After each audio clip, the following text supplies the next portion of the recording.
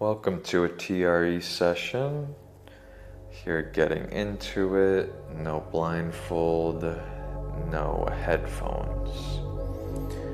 Starting out in a T position.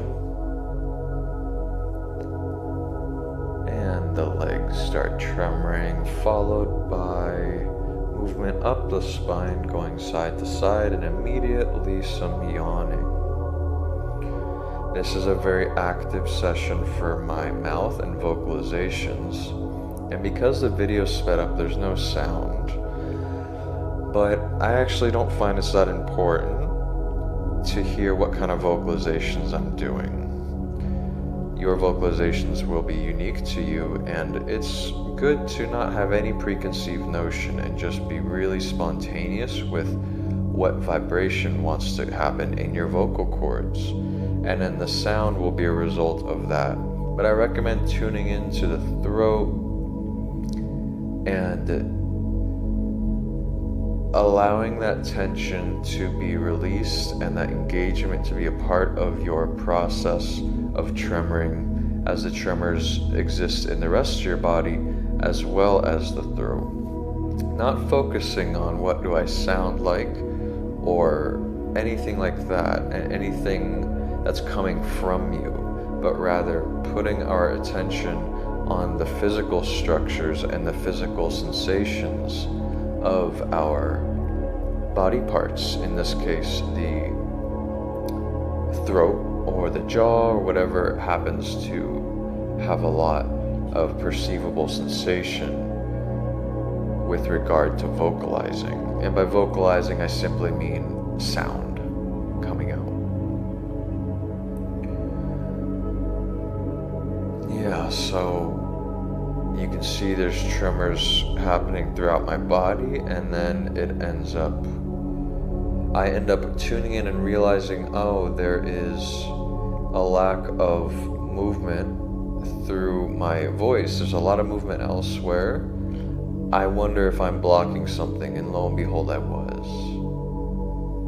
There's an unconscious way for me in which I don't even register vocalizing as an option because it's so inappropriate in some social contexts, and it was taught to me that it was inappropriate when I was a child to vocalize in obnoxious ways.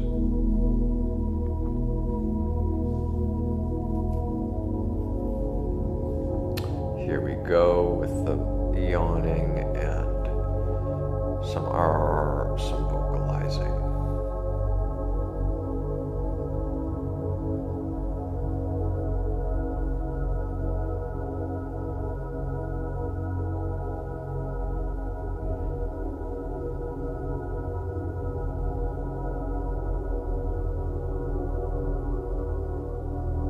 Another big yawn.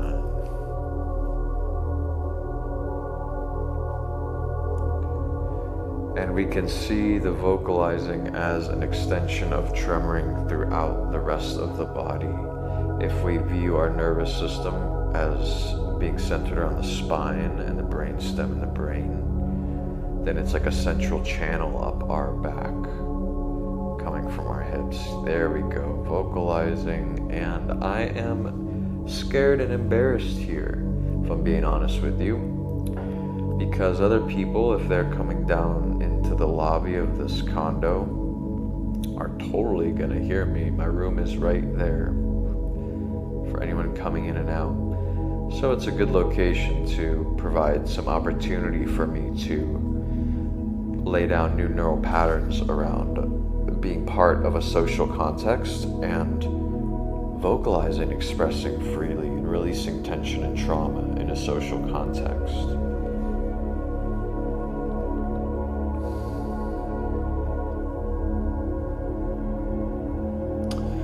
Yeah, so breaking through blockages to releasing sound here for me.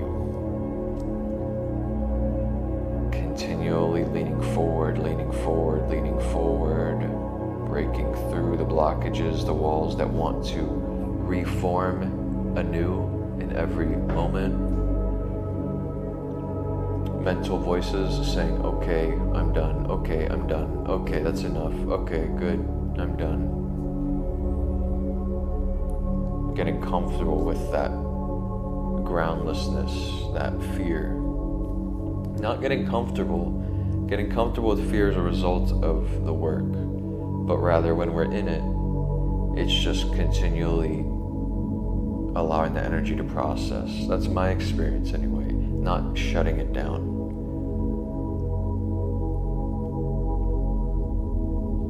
Not averting or grasping, as the Buddhists say. I'm not this or that, not black or white, not push or pull. And being in that. I'm not encouraging myself, and I'm not discouraging myself.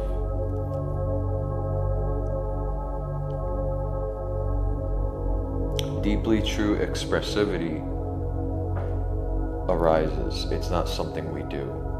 We can benefit the trauma healing process and the integration process by providing some initial energy. So this is where like anger release rituals are good for that initiation from a freeze into an expressivity. That's where the big tremors are good.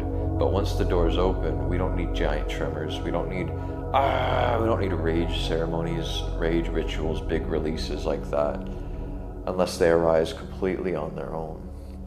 All right. Thank you for joining me today and wishing you all really well in your practice.